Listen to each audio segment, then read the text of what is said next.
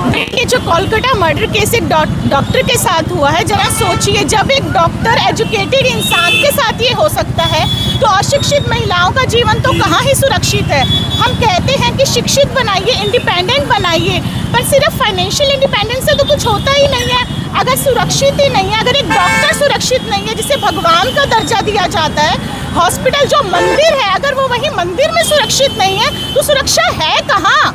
हमारी बहन बेटियां और हम सुरक्षित है कहाँ? हमें एक ऐसे समाज की रचना करनी होगी जहाँ पे हम कभी भी रात को दिन में कहीं भी जा सके। और वो तो एक सेवा कर रही थी। जब एक सेवा करने वाला सुरक्षित नहीं है तो बाकी महिलाएं कहाँ सुरक्षित हैं?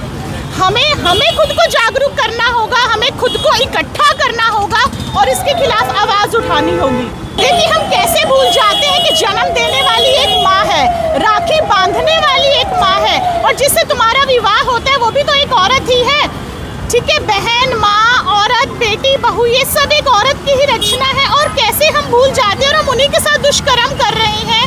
यत्र नारी देवते यत्र देवता पूजते, कहते हैं कि जहाँ पर नारी की पूजा होती है वहाँ देवता वास करते हैं।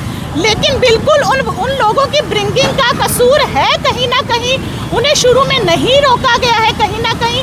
जैसे कि पहले भी कहा गया है कि नैतिकता की शिक्षा दी जाए। अगर बचपन में वो कोई छोटी से छोटी गलती करते हैं उन्हें तभी सजा दी जाए। और आज भी हम सब इकट्ठे होकर उन्हें ऐसी सजा दें, एक एग्जाम्पल सेट दें। कोई भी ऐसा करने के लिए कभी सोचेगा भी नहीं। कोलकाता में हुए कांड को लेकर के किस तरह उस बेटे के साथ दुष्कर्म हुआ, कितनी हिम्मत हुई, कैसे, इन सब चीज़ों को रोकने के लिए हमने कैंडल मार्च निकाला। हेलो सिरसा की team, lions club, there Sirsa, Rajan Mehta सब इस हमारे कैंडल मार्च में शामिल हुए। हम जानना चाहते हैं कि क्या ये दुष्कर्म रोज़ होते रहेंगे? क्या हमारी बहन बेटियां आज भी अपने माँ बाप, भाई बहन का सहारा लेकर सड़कों पर निकलेगी? क्या इसको रोकने का कोई सहारा नहीं है, कोई साधन नहीं है? क्या विदेशों में भी इस तरह के कांड होते हैं? कभी सुनने को नहीं मिला। हमारा भारत कल के दिन 15 अगस्त स्वतंत्रता दिवस मना रहा था, बहुत खुशियाँ हो रही थी कि 78वां स्वतंत्रता दिवस मना रहे हैं। क्या हम आज भी आज़ाद हैं? क्या हम आज भी इस आज़ादी दिवस को मनाने के लायक हैं? क्या हमारे युवा आज भी इस चीज़ के काबिल है जो आज अपनी बहन बेटियों को इन नज़रों से देखते हैं? अगर तुम्हारा कोई भाई बंधु दोस्त अगर तुम्हारी बहन को इस तरह से देखे तो तुम पर क्या बीतेगी? वो भी तो किसी की बहन थी, वो भी तो किसी की बेटी थी। क्या तुमने सोचा एक बार भी ये दुष्कर्म करते थे? दुष्कर्म करने के हालात जो पाए गए, आंखों में चश्मे के टुकड़े तक आंखों में पाए गए, कितनी बुरी हालत उसके साथ होगी, वो रात कैसे बीती होगी, कितनी चिल्लाई होगी वो बेटी। क्या वो दर्द कोई महसूस कर सकता है? उसके माँ बाप के सिवा मुझे नहीं लगता कि कोई दूसरा इंसान वो दर्द को महसूस कर सकता है। वो तो ऊपर चली गई, लेकिन हम जिंदा है। कल वो दिन हमारे पास ना आए, इसके लिए हमें आवाज़ उठानी पड़ेगी। आज भी जाग जाओ, आज भी उठ जाओ। हमारे भी घर पे बेटियां हैं, हमारी भी कई बहनें हैं, हम भी बेटियां हैं। कल के दिन हमारे साथ ये सब कुछ ना, उसके लिए जाग जाओ। देखिए, जिस तरह की घिनौनी हरकत कलकत्ता में हुई है उसकी जितनी कड़े शब्दों में निंदा की जाए उतनी कम है।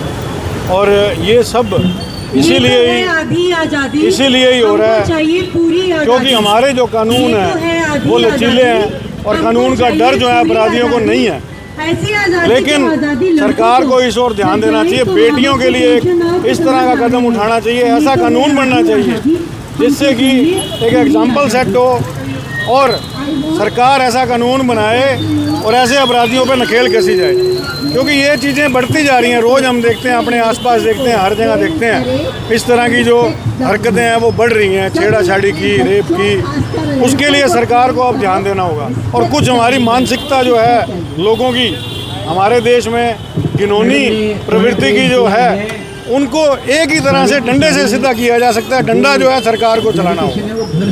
आज इन्होंने आवाज़ उठाई है सारी संस्थाओं ने मिलके, ये भी काबिल तारीफ है। चाहे कलकत्ता में ये हुआ है लेकिन सिरसा में आवाज़ उठी है, तो सारे देश में अगर आवाज़ उठेगी तो सरकार को इस ओर ध्यान देना होगा। सरकार ने, अगर ये सरकार कहती है अलग अलग तरह के कानून ला रही है, औरों के लिए लाती है, तो ये कानून भी लाना चाहिए बेटियों के लिए।